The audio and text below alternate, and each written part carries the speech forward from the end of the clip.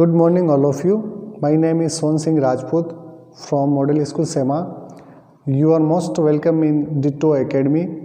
Today we shall learn about second part of future perfect tense. नमस्कार दोस्तों, आज हम फ्यूचर परफेक्ट टेंस के सेकंड पार्ट के बारे में पढ़ेंगे। फर्स्ट पार्ट में हमने इस टेंस के इंट्रोडक्शन और यूजेस के बारे में पढ़ा था। आज के इस पार्ट में हम इस टेंस के सेंटेंस स्ट्रक्चर के बारे में पढ़ेंगे। कैसे हम इस टेंस के affirmative, negative, interrogative yes no, interrogative WS type और इंटरोगेटिव नेगेटिव सेंटेंस कैसे बनाए जाते हैं, यानी कि हिंदी में कैसे लिखे जाते हैं और हिंदी जो सेंटेंस होते हैं उनका इंग्लिश में कैसे ट्रांसलेशन किया जाता है, या फिर जो इंग्लिश में इस टेंस के जो सेंटेंस होते हैं उनको हम हिंदी में कैसे ट्रांसलेट कर सकते हैं, उसके बारे में पढ़ेंगे। तो शुरुआत करते हैं अपन आज की इस क्लास में कि मैंने बताया था सबसे पहले कि इस टेंस का जो प्रयोग होता है ऐसे कार्यों के अभिव्यक्त करने के लिए किया जाता है जिससे यह बोध होता है कि वह एक्शन या कार्य फ्यूचर में, फ्यूचर यानी कि भविष्य में, किसी निर्धारित समय तक समाप्त हो चुकेगा।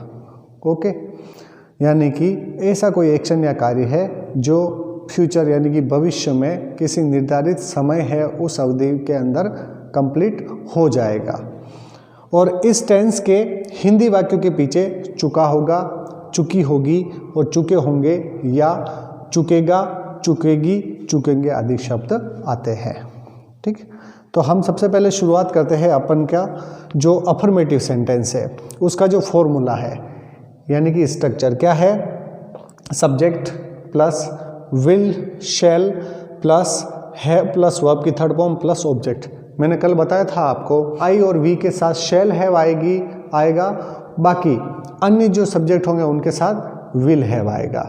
ठीक है, तो यहाँ पर पहला हमारा सेंटेंस है जैसे कि मैं कोटा जा चुका होऊंगा, क्योंकि उसके पीछे गा गे गी आना चाहिए। तो इसका इंग्लिश ट्रांसलेशन क्या हो जाएगा,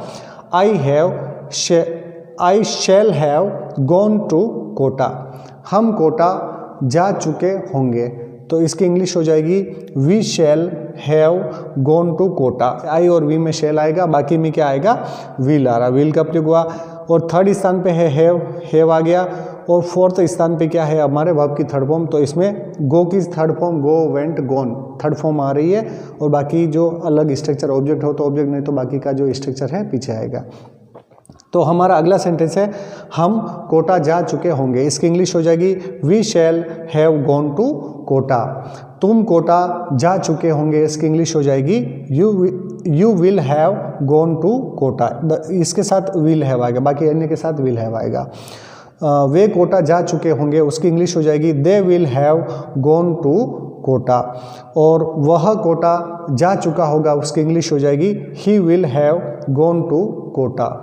और वह कोटा जा चुकी होगी, उसकी इंग्लिश हो जाएगी she will have gone to Kota. अगला सेंटेंस है हमारा कि जैसे कि राम कोटा जा चुका होगा, उसकी इंग्लिश हो जाएगी Ram will have gone to Kota.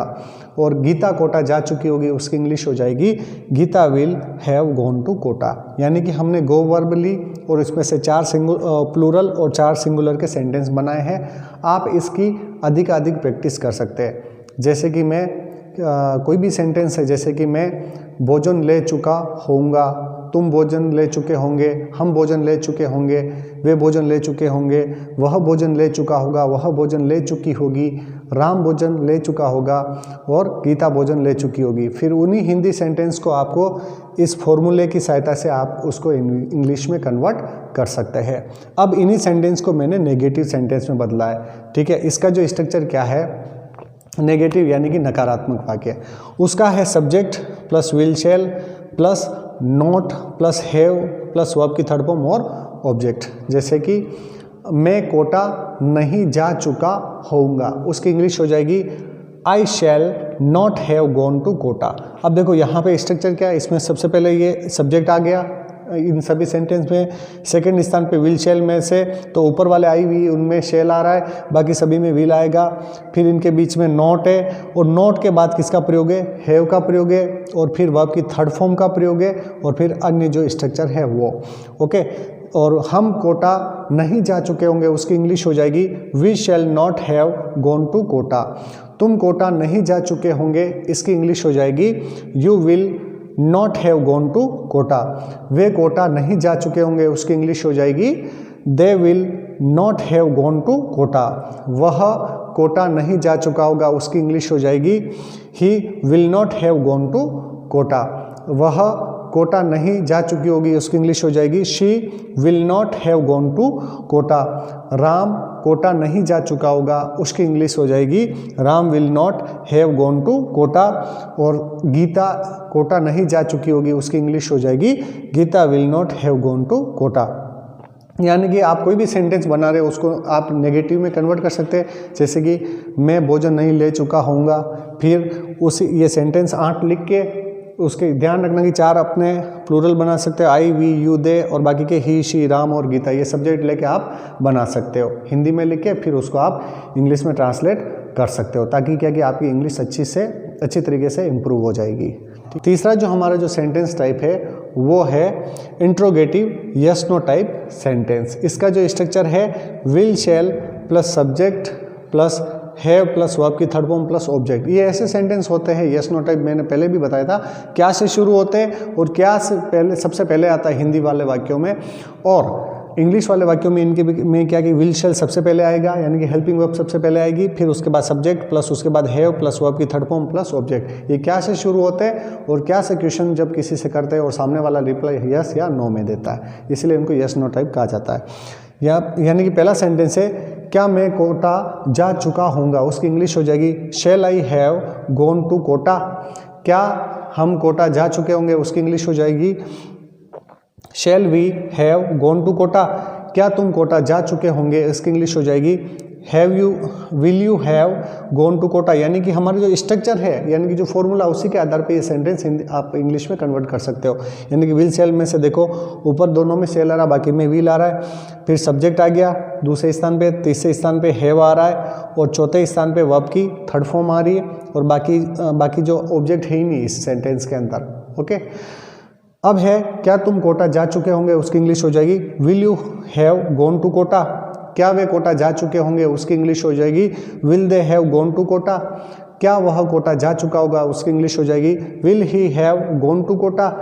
क्या वह कोटा जा चुकी होगी, उसकी इंग्लिश हो जाएगी will she have gone to Kota. क्या राम कोटा जा चुका होगा, उसकी इंग्लिश होगी will Ram have gone to Kota. और क्या गीता कोटा जा चुकी होगी, उसकी इंग्लिश हो जाएगी will Geeta have gone to Kota. और लास्ट में इनके क्या आ जाएगा, इंटरोगेटिव मार्क ऑफ इंटरोगेशन, यानी कि क्वेश्चन मार्क आ जाएगा। अब है चौथा जो हमारा जो सेंटेंस है वो है इंट्रोगेटिव WH टाइप सेंटेंस, यानी कि इनके सबसे आगे WH शब्द होंगे। वैसे WH शब्द आप जानते ही हो, what, where, when, which, why, how many, how long, how much. Okay, इनको WH क्वेश्चन वर्ड कहा जाता है, ये सबसे पहले होते हैं। तो इसका जो स्ट्रक्चर होगा उनमें जो भी WH वर्ड है इस टाइप के सेंटेंस में, तो WH जो शब्द होगा सबसे आगे होगा, उसके बाद will shall plus subject plus have plus verb की थर्ड फॉर्म प्लस ऑब्जेक्ट, और लास्ट में क्वेश्चन मार्क। मैं कोटा कब जा चुका होऊंगा, उसकी इंग्लिश हो जाएगी when shall I have gone to Kota.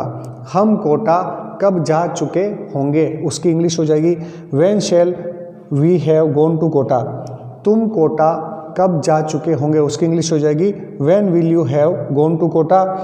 वे कोटा कब जा चुके होंगे, उसकी इंग्लिश हो जाएगी when will they have gone to Kota. और वह अगला सेंटेंस है वह कोटा कब जा चुका होगा, उसकी इंग्लिश होगी when will he have gone to Kota. अगला है वह कोटा कब जा चुकी होगी, उसकी इंग्लिश हो जाएगी when will she have gone to Kota. अगला है राम कोटा कब जा चुका होगा, उसकी इंग्लिश हो जाएगी when will Ram have gone to Kota. और गीता कोटा कब जा चुकी होगी, उसकी इंग्लिश हो जाएगी when will Geeta have gone to Kota. तो इस तरीके से हमने इंटरोगेटिव WH टाइप सेंटेंस ये कंप्लीट किया। अब अपना जो अंतिम जो सेंटेंस है वो आता है इंटरोगेटिव नेगेटिव, यानी कि प्रश्नवाचक नकारात्मक वाक्य। देखो, प्रश्नवाचक नकारात्मक वाक्य यस नो टाइप भी होते हैं, प्रश्नवाचक नकारात्मक वाक्य WH टाइप वाले सेंटेंस भी होते हैं। WH टाइप अगर सेंटेंस अगर नेगेटिव है तो वहाँ पे करना क्या, हमें विल शैल से थोड़ा सा पहले हमें वह WH वर्ड लगाना। तो यहाँ पर मैंने सेंटेंस लिखा, क्या मैं कोटा नहीं जा चुका होऊंगा, उसकी इंग्लिश हो जाएगी shall I not have gone to Kota. ठीक है, इसका स्ट्रक्चर है विल शैल में से शैल आ गया, सब्जेक्ट, उसके बाद नॉट, उसके बाद हैव, उसके बाद वर्ब की थर्ड फॉर्म और बाकी का सेंटेंस आ गया। क्या हम कोटा नहीं जा चुके होंगे, उसकी इंग्लिश हो जाएगी shall we not have gone to Kota. तुम कोटा नहीं जा चुके होंगे, उसकी इंग्लिश होगी will you not have gone to Kota. क्या वे कोटा नहीं जा चुके होंगे, उसकी इंग्लिश हो जाएगी will they not have gone to Kota. क्या वह कोटा नहीं जा चुका होगा, उसकी इंग्लिश हो जाएगी will he not have gone to Kota. अगला है, क्या वह कोटा नहीं जा चुकी होगी, उसकी इंग्लिश हो जाएगी will she not have gone to Kota. क्या राम कोटा नहीं जा चुका होगा, उसकी इंग्लिश होगी will Ram not have gone to Kota. क्या गीता कोटा नहीं जा चुकी होगी, उसकी इंग्लिश हो जाएगी will Geeta not have gone to Kota.